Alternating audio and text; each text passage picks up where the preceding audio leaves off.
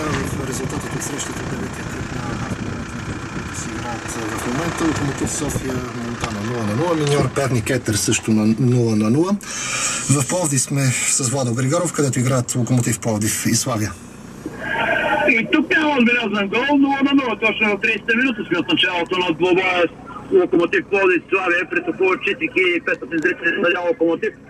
Доста вяла игра показва 22-ната на терена, почти на ходом ли с интересни положения през двете врати. Въпреки това Славия преди 3-4 минути можеха да открият резултата след четвъртия поред негово удар пред вратата на Данчо Господинов. Топката бе насочена директно, пъгова удар към рамката на неговата врата. Господинов не успя да играе с топката.